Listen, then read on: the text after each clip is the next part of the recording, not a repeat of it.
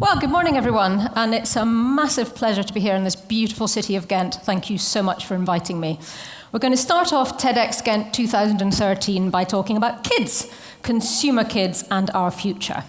Now, I'm looking around the audience. I don't see too many kids. Are there any under the seats? No kids. Well, I'm just hoping that there may be one or two people in the audience who at some point have been a child. So if you've been a child, I'd like you now to close your eyes. And I'd like you to imagine yourself being a child and playing. Fun, adventurous play. Think about where you are and hold an image in your mind of fun, adventurous play. Okay, open your eyes. I'm willing to bet that most of you are outside in the free, natural world and that you've paid nothing at all for your fun. Maybe you're somewhere like this. I was outside. I was in the little village in the woods in the little village of Scotland where I was brought up. And those of us who are outside are not alone, because in fact, a survey for Play England showed that 70% of parents associate fun, adventurous play with outside.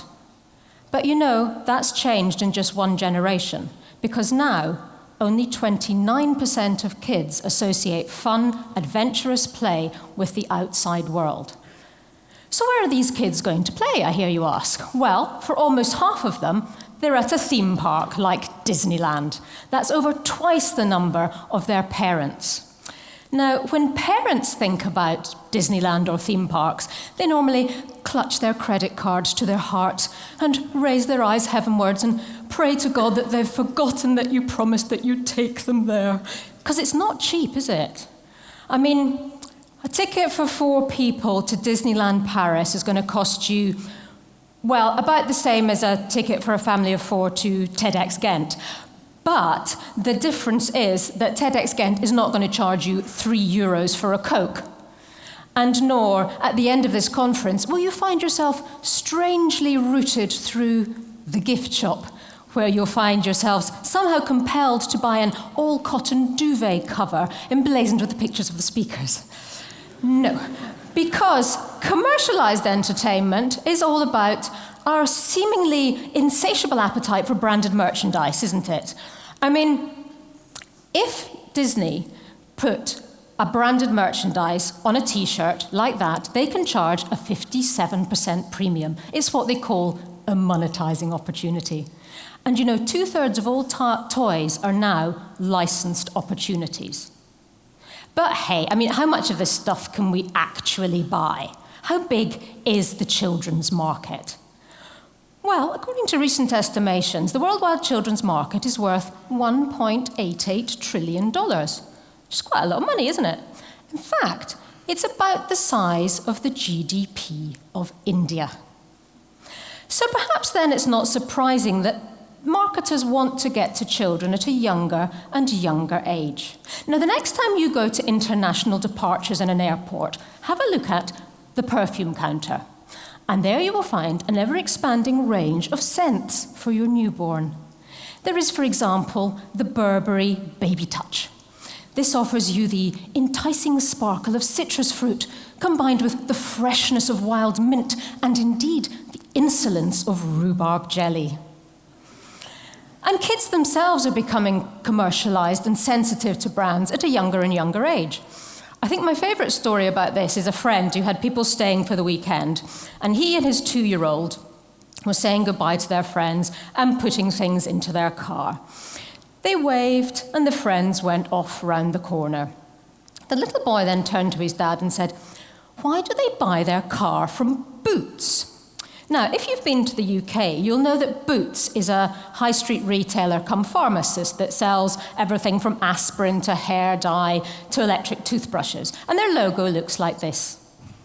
If you now think about car brands, you realise the car they were driving was this.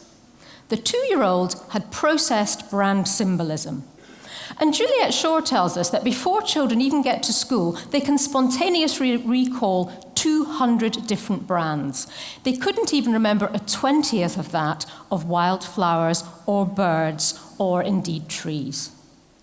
Now, this early socialization into the consumer world, of course, leads to this, what the marketers call pester power.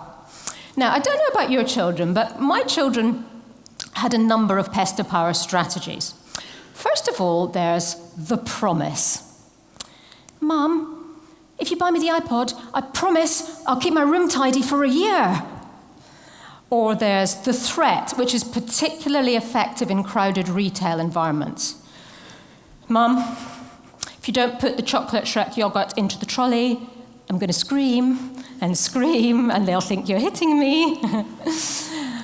Okay, it's funny and it's annoying, and we've all given into it at one time. But what does this do to families? Well, let's take a look at the evidence. Some researchers in the Netherlands have looked at this, and they discovered that it starts with advertising. A lot of advertising exposure leads to lots of purchase requests or pester power. Not surprising, that's what adverts are for. But advertising exposure and purchase requests, in turn, leads to arguments in families. And it also leads, inevitably, to disappointment, because the kids are not going to get everything that they want, are they? But that disappointment then leads on to low life satisfaction, and it works in a circular effect. Now, I did some work with UNICEF a couple of years ago, and we talked to children across Spain and Sweden and the UK. And we said to them, what makes a really good day and what makes a really bad day? And you know, across all of these countries, across all of the different groups of children, they said the same thing. A bad day is when there's arguments in my family. But it's not just family relationships that can become disrupted by the commercial world. It's also children's relationships with their friends, not pester power, but peer pressure. Let me give you the words of a 15-year-old girl to explain how this works. She put it like this. She said, if you've got a whole gang of people wearing Lacoste, then you don't want to rock up wearing Reebok. It's about having the right brand to be in the right place at the right time. And marketers know very, very well how to operate that. This is Mike Jeffries. Mike Jeffries is the CEO of Abercrombie Fitch. Abercrombie Fitch is a high street retailer for young people. He has a turnover of $1.45 billion. He has 10,000 employees in 1,000 different places. Now, if you haven't seen Abercrombie Fitch clothes, they look a bit like this. He does actually make clothes that cover the teenage bodies. Let's see if we can find some. No, we've just got more teenage bodies covering the teenage bodies, but you get the general drift. To explain his marketing strategy, let me just give you his own words. And he puts it like this. In every school, there are the cool and popular kids, and then there are the not so popular kids. We go after the cool, attractive kids with lots of friends. Some people don't belong in our clothes, and they can't belong. Are we exclusionary? Absolutely. Because we don't want our core customers to see kids that aren't as hot as them wearing our clothes. So it's a nice strategy. You make kids feel completely insecure, you offer your brand as a solution, and then you pocket the profits. And you know it works. Some research done in the University of Amsterdam has shown that children that watch a lot of advertising and so see a lot of promises for a lot of brands, when they're having a bad time in their lives, they gradually come to believe that if only they can have that stuff, then everything will be okay. Now, the research has been done on this too, because parents sometimes think, well, should I give them an Abercrombie & Fitch t-shirt to make them feel okay? Because teenagers, they have times when they feel really rough. In fact, the Health Behaviour of School-Aged Children survey shows that as children reach puberty, their self-esteem takes a very, very sharp dip. 15-year-old girls are actually the most miserable people around internationally. So if you've got a 15-year-old girl at home, be really nice to her, because she's having a bad time. But the question is, should you be buying her an Abercrombie & Fitch t-shirt to make her feel okay again? Well, let's have a look at the evidence there. Some other research was done by some researchers in the University of Sussex in England, and they looked at children across 3 periods in time. At the first period, they identified the children that Mike Jeffries doesn't want to sell his clothes to, the rejected children. And what they found was that 8 months later, these children desperately wanted the cool stuff so that they could become popular. But the big question is, what happened at the next moment in time? Would it work? No, these children were still rejected. And what's more, these children who were already showing depressive symptoms at time 1 became more depressed at time 3. And you know, parents seem to have bought into this too. I was speaking to a parent just the other day who said to me that his child was being bullied at school. But he said, you know, we've talked about it and we've got the solution. We're going to buy him an iPod. Because he seemed to believe that buying the iPod would let his kid fit in and everything would be okay. Now, we know in our heart of hearts, and that parent knew in his heart of hearts, that of course it wasn't going to make everything okay. But let me give you the words of a parent who began a report that was done for the United Kingdom government. And he said this: there seems to be a need for such a huge cultural shift away from commercialism that I feel powerless as an individual to act. Now, of course, the marketers tell us that we're not powerless, that we have choice, and that it's up to us to say no. But let me give you the words from another parent from that survey. And she said this. She said, yeah, it is up to us to say no. And we do say no. We say no all the time. We say, no, you can't have a dog. No, you can't stay up late. No, you can't have your pudding before your main course. But she added, I do need to ask the advertising industry this. Do they feel comfortable spending millions advertising to our children and then saying it's up to us to say no? So it seems to me that we're at a stage where we need maybe to look at this power balance between corporations and parents. And there's 3 things that struck me. And the first one is this: some corporations are now much wealthier than some governments. The US Federal Reserve last year stood at $73.7 billion. Apple's reserve stood at $76.4 billion. The other thing that strikes me is that technology has changed the relationship that the commercial world has with our children. Let's take proximity marketing. Proximity marketing is where a retail store can Bluetooth a message from the store directly to your child's mobile phone.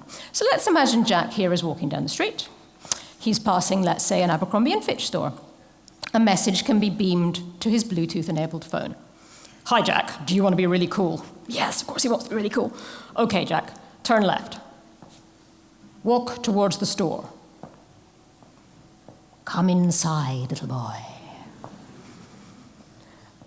And of course, what this means is that technology enables marketers to bypass parents and go directly to children, because that's what the media allows us to do. Let me give you an example that may well have hit people in this room. You give your child your iPad to play with, yeah? And because you're a good parent, you put a free app on there for them to play with it, and that's great. They'll play for hours, won't they? While you get on with really important things like answering your emails on your BlackBerry. And then a couple of days later, this happens. You get a bill for €1,000 for virtual snowflakes and virtual gems and virtual coats for virtual penguins and virtual igloos. Because the game was never free at all.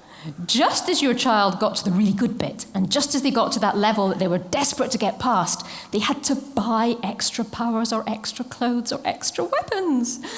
And as they sat there nicely and quietly, they went, buy, buy, buy, buy, buy, as the money from your credit card that was linked to the iPad disappears off into the ether. It's perhaps no wonder that some parents feel under siege. A survey for the Chartered Institute of Marketing showed that 90% of parents think that there's a problem with the way marketers market to their children, but only 7% of them ever complain. So what can we do about it? Well, remember the parent that said that they felt powerless to act as an individual. Maybe we should all get together. And so when our child comes back and says that they're the only one in the class that doesn't have the cool stuff, Why don't we phone up the other parents? I bet they're having exactly the same conversation, and then we can all say no together. And maybe we can get together for when we get the bill for the €1,000, rather than feeling rather ashamed of ourselves. Why don't we complain about it? Phone the newspapers, phone the radio, get on Facebook, get on Twitter and say it's not acceptable to make children buy in this way. The other thing we could do is take some action with our elected government in relation to the unelected advertisers. You may or may not know that advertising is mainly regulated by the advertising industry. And the self-regulation of the banks hasn't gone that well, really, has it? Here in Flanders, for example, you used to have a regulation that said there could be no advertising 5 minutes before and 5 minutes after a kids' TV program. You may think it's still there. It disappeared in 2007 simply because the advertisers didn't pay any attention to it. The third thing we can do, of course, is to talk to our children. We can do a kind of an information exchange. They can tell us how the technology works. Personally, I'd quite like to know how the remote control for my television operates. And we can tell them about how the commercial market works. And maybe we need to be building resilience in our children so that they can be who they want to be rather than who the commercial world wants them to be. Alternatively, we can sleepwalk into a situation where the number of children who associate free adventurous play with the outside world has gone down from 29% to 0%, and we find ourselves working longer and longer hours to make more and more money, to buy them more and more stuff, to bolster their increasingly fragile self-esteem. In the year 2000, Kofi Annan said this. He said, "There is no trust more sacred than the one the world holds with its children." And so the question I'd like to leave with you to ponder is this. Do we want to be the generation that's remembered by history as the one that put our children up for sale? Thank you very much.